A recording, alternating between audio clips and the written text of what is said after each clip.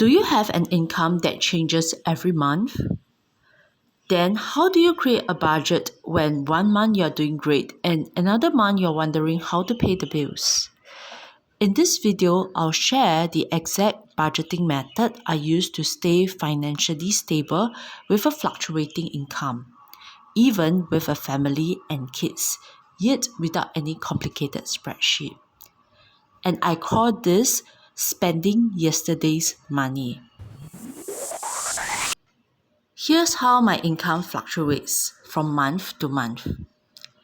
When people talk about budgeting, they often talk about the 50-30-20 rule, where you spend 50% of your income on needs, 30% on wants, and 20% on savings and investments. If I were to use the 50-30-20 rule on my monthly income numbers, I'll be starving one month and stuffed the next. This traditional method of budgeting framework is more suitable for stable income.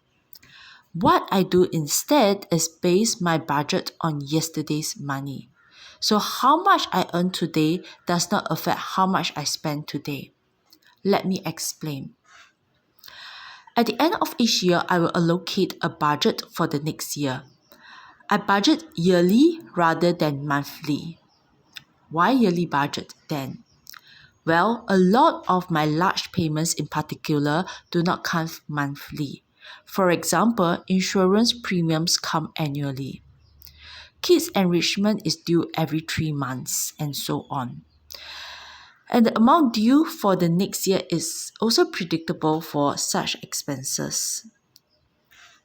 Travel is also another big expense. And because my kids are in school, travel only occurs during the June and December holidays. So the amount that I spend from month to month, or the amount of money that goes out from my bank account from month to month, actually vary a lot. So that is why instead of setting a monthly budget, I set a yearly budget.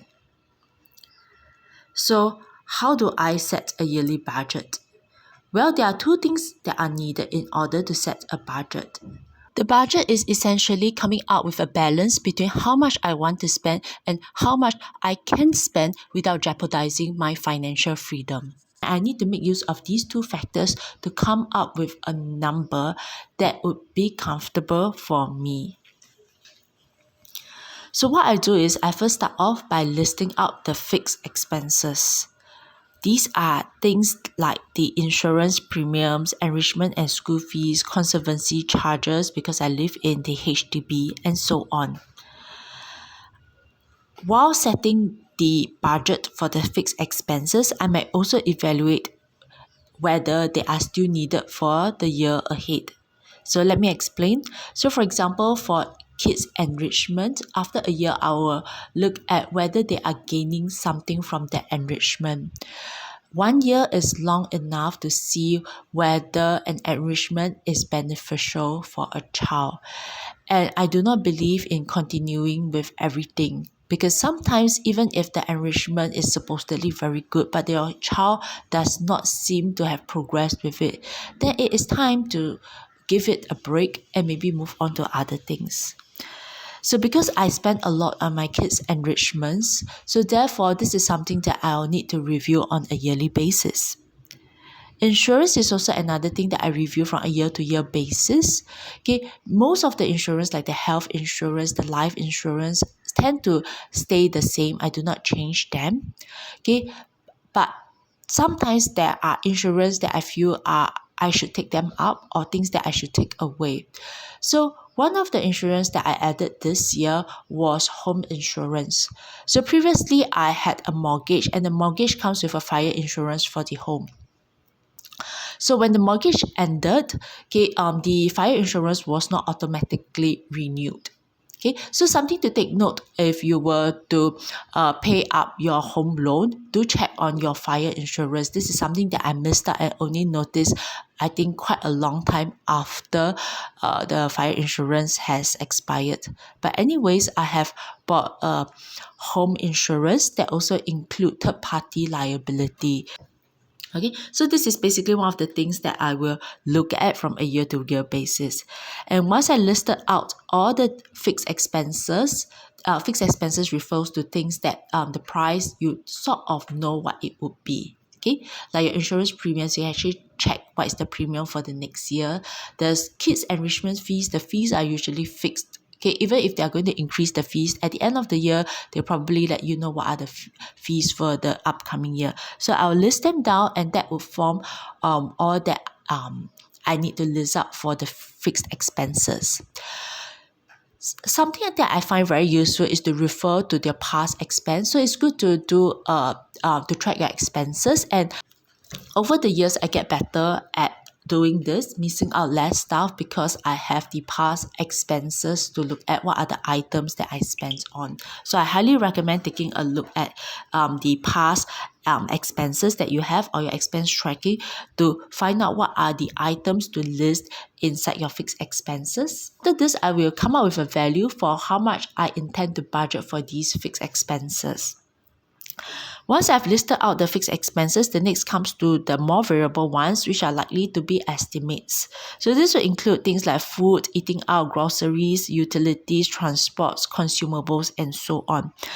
Again, I recommend looking at your past expenses to get a feel of the total amount you will need. Plus, I always add a 5% extra to account for inflation and contingencies to the end value.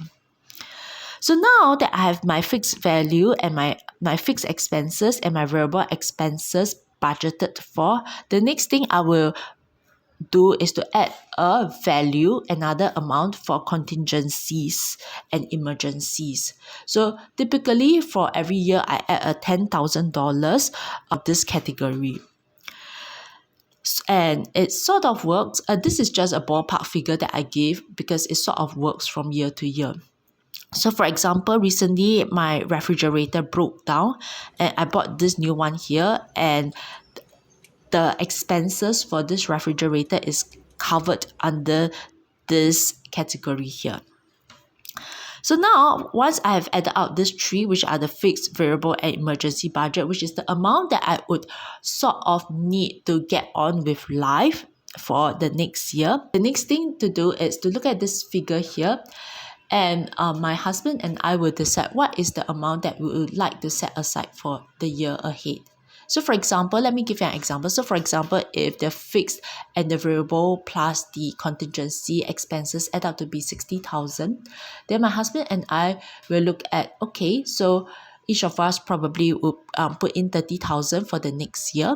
Is that within our budget, or are we willing to put in more for the next year's budget? If the amount we would like to contribute is lesser, then it is a matter of looking at what to cut in the budget.